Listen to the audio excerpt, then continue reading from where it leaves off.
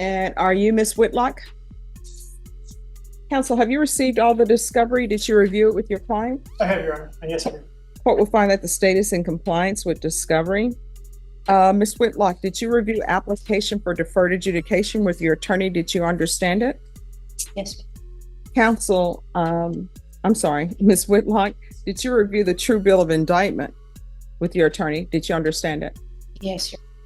All right. Counsel, do you waive the reading of the indictment? I do, Your Honor. State, are you proceeding on the indictment as presented? Waiving count one, proceeding on count two, Your Honor. Any objection? We have no objections. Did you review the court admonishments document with your attorney? Did you understand it? Did you sign it in all the appropriate places? Yes, Your Honor. All right, did you understand in count two, you're charged with the offense of possession of a controlled substance, penalty group 1, less than 1 gram. That's a state jail felony. Range of punishment is 180 days up to 2 years in the state jail facility and up to $10,000 fine. Did you understand? Yes, sir. If you have a plea with the state, the court does not have to follow your plea. If for any reason the court does not follow your plea and gives you more than you bargained for, the fact that you entered a plea will not be used against you and you will be allowed to withdraw your plea. Did you understand? Did you understand you have a right to jury trial, a right for you or your attorney to cross-examine and confront any witnesses the state will call and the right to remain silent? You're going to need to keep your voice up. Did you understand? Yes, Your Honor. Did you understand by entering this plea you were giving up those rights? Yes. And did you intend to give up those rights and enter into a plea bargain agreement in this case? Yes. Did you understand that the court were to grant your application for deferred adjudication, if for any reason your deferred adjudication were revoked, the court could find you guilty and sentence you up to 2 years in the state jail facility and up to a $10,000 fine? Yes. Counsel, has your client been able to provide you with any defenses? She has, Your Honor. Do you believe she has a rational as well as a factual understanding of the charges against her? I do. Do you believe she's currently competent and was legally sane at the time of the offense? Yes, Your Honor. Ms. Whitlock, has anyone threatened you, coerced you, or placed you in fear to get you to enter the plea? Now we shift into the formal mechanics of the justice system. The indictment is announced, the felony range is explained, up to 2 years in a state jail facility and significant fines. The judge carefully ensures she understands every constitutional right she's giving up. Jury trial, confrontation of witnesses, the right to remain silent, all waived. This is not dramatic, but it is decisive. This is the moment where the system confirms she is entering this plea knowingly and voluntarily. Once those rights are surrendered, the path narrows. The tone here is controlled, structured, and serious. This is the legal foundation of everything that follows. No. Anyone promise you anything other than the plea? Are you satisfied with the way you've been represented? Yes. Are you a U.S. citizen? Yes. Court will find that defendant has knowingly and voluntarily waived her right to jury trial. Did you review the plea bargain page with your attorney? Did you understand it? Yes. According to the plea, the state is proceeding on count 2. There's a $500 fine. State recommends deferred adjudication. There's to be restitution to Zachary Tompkins, Tompkins, Watson, Watson, and 729266. Did you understand that to be the plea? Yes. Defense, is that the plea? It is, Your Honor. State, is that the plea? Yes, Your Honor. Did you review the waiver of appeal paragraph with your attorney? Did you understand it? Did you sign it in both places? Yes, Your Honor. Did you understand by signing it, you're waiving your right to appeal? The only items that can be appealed are written pretrial motions that have been filed, heard, and ruled upon by the court. Did you understand? Counsel, have there been any such motions? No, Your Honor. Outside the agreement, the state is recommending that your deferred adjudication be for a term of 2 years. There be a TAP evaluation and 100 hours of community service restitution. Did you understand those are recommendations and the court does not have to follow those recommendations? Then to the offense in count 2, how do you plead? Guilty, not guilty, or no contest? Yes. State, any evidence? Contained in Exhibit 1 and attachments, Your Honor. We have no objections, Your Honor. All right, state, you may be excused. Thank you. Did you review the waiver and consent to stipulation of testimony and stipulations with your attorney? Did you understand it? Did you sign it in all the appropriate places? Yes, Your Honor. Again, did you understand you have a right to jury trial, a right for you or your attorney to cross-examine and confront any witnesses the state will call, and the right to remain silent? Yes. Did you understand that today the state will be presenting evidence in the form of witnesses' statements and police reports, but most importantly, there'll be no live testimony? Did you understand?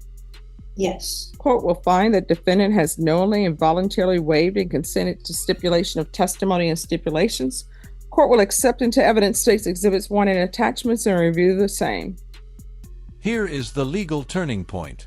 The plea agreement is read into the record, restitution is outlined, and the court reviews the evidence.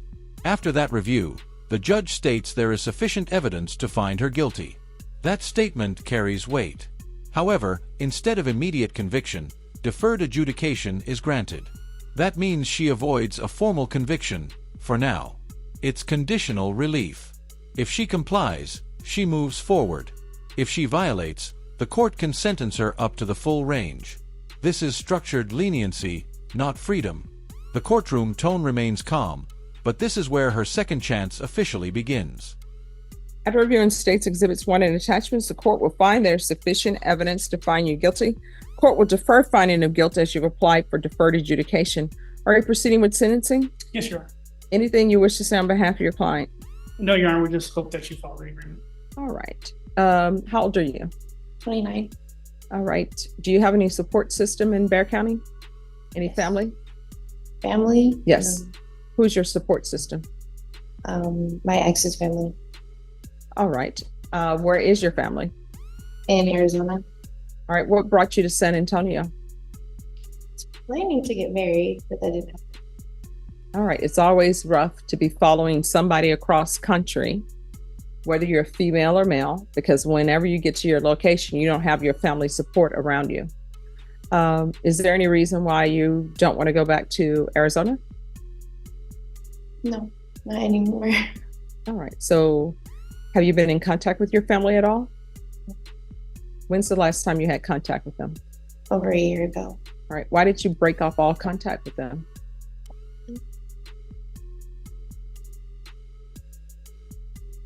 A lot of reasons. All right. Is it have to do with the relationship? Mm-hmm. All right. And is that the relationship with Mark Morales? All right. And others. Hmm? And others, and my mom. I will say, Your Honor, her mother has contacted me while she's in jail. We have her contact number, and she plans on reconnecting with her. All right, guys, this is where the emotional layer of the case really begins to surface. The judge asks a simple question, what brought her to San Antonio? And the answer changes the entire tone. She moved there to get married, and it didn't happen. Just like that, we understand this isn't only a drug possession case. It's a story about uprooting your life for someone and watching it collapse. She's nearly 30, far from Arizona, disconnected from family, and now standing in a felony courtroom. That isolation matters. You can sense that this case is as much about personal decisions as it is about legal consequences. Sure. Thank you. So are you planning, it's probably, unless there is some type of emotional or physical or some other type of abuse or something that's happening with her mom, it's usually when you're on probation, sure, you can make it on your own. You're close to 30. You can make it on your own. You can do it on your own. But sometimes you need family support. And sometimes when you go back home, people may end up telling you, we told you. But then sometimes you just have to suck it up, because at the end of the day, hopefully moms love their daughters, right? And people won't be bringing it up at every turn. I guarantee you a majority of people have been in horrible relationships, but they thought that person was the love of their life. And it turns out they're not the love of their life, but they threw away everything to move across country. And sometimes it's hard to swallow your pride because you so want it to work. And then you had all these people telling you, it's not going to work, don't go. And then you don't want to go back home because maybe you don't want people to be putting in your face, I told you it would never work, you know? And sometimes people would do that. It's wrong for him to do that. But sometimes to be at a better point in your life, in a better place in your life, you just have to suck it up that some people in the family are going to be saying, we told you so. And guess what? People can say, we told you so, but you know what you can tell them? You told me so, and I got out of it. I'm not out of it anymore. So I'm moving on. So do you want to stay in Bexar County or do you want to go back to Arizona? This segment moves away from paperwork and into personal accountability.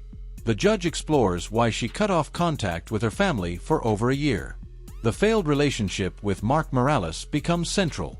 Pride, emotional distance, and possibly unhealthy dynamics are implied. The judge offers a candid reality. Many people move across the country believing they've found the love of their life, only to realize it wasn't what they thought. The real struggle isn't just leaving the relationship, it's going back home and facing the "we told you so." This is an emotional crossroads. The conversation reframes her situation from victimhood to responsibility and growth. Let me go back to Arizona to see my family. All right, so I can order that this be transferred to Arizona, but what county are we talking about? In Arizona? Yes.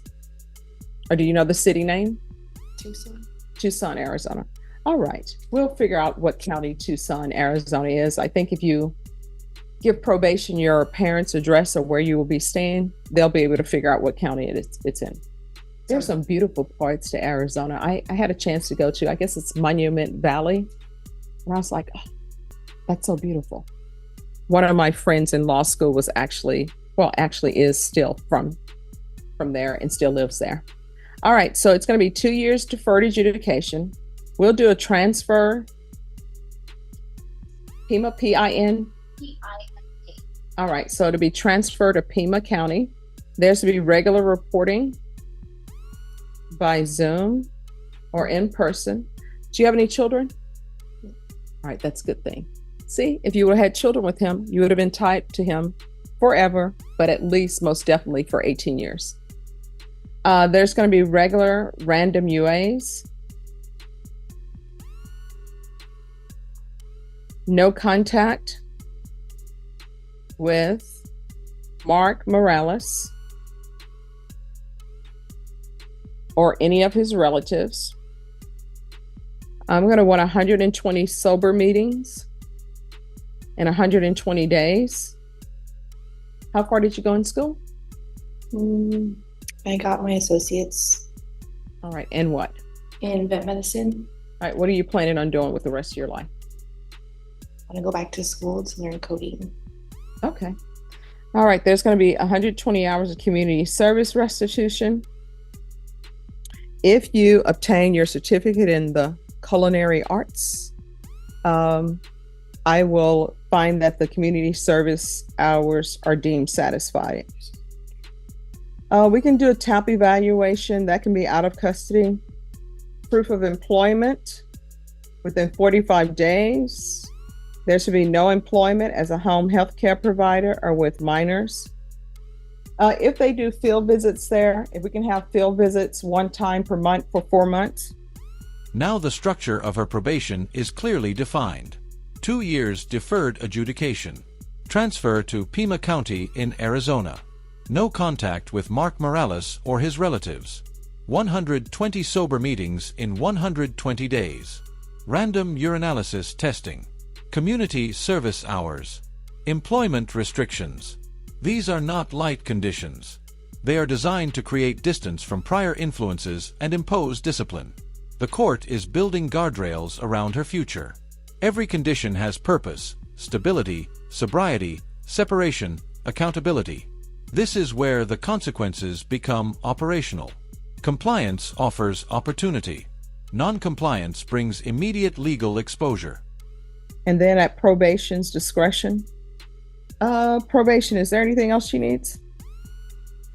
No, Judge, did you want her to start the transfer process immediately? Yes. Or kind of just get her affairs in order first?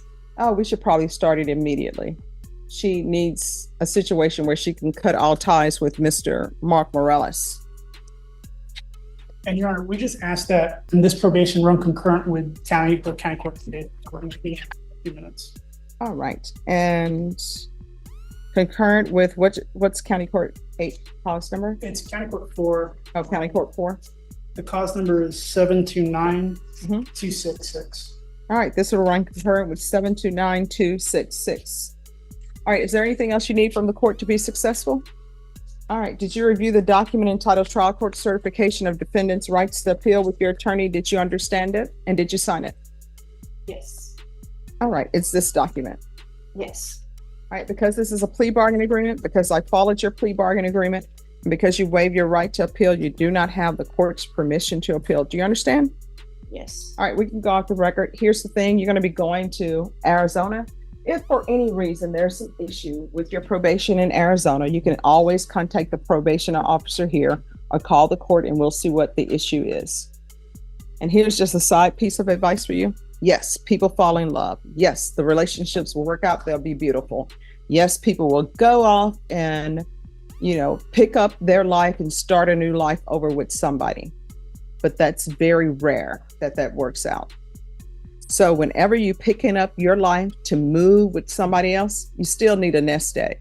You need a nest egg with money of your own. So if things are not going the way you thought they would go, or if they're mistreating you, you won't be stuck in that relationship because you can't afford to leave. And at the end of the day, parents are supposed to love their children. And guess what? If you made a wrong judgment call and they told you not to get in this relationship and you did it anyway, I guarantee you, if your mom loves you and you pick up the phone and you call her and say, I made a mistake, I never should have came here, I'm sure your mom will get a bus ticket, airfare, or whatever to get you back to Arizona. And that's what you need to concentrate on, okay?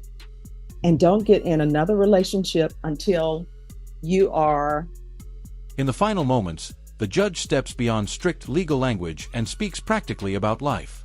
He discusses financial independence, the importance of having a personal safety net, and the danger of relocating without security. This advice is not part of the statute, it's experience speaking. He emphasizes not entering another relationship until she understands her own values and direction. The case ends not with anger, but with guidance.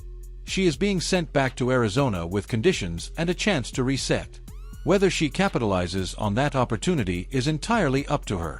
If you found this analysis valuable, like the video, subscribe to the channel, and we'll see you in the next one.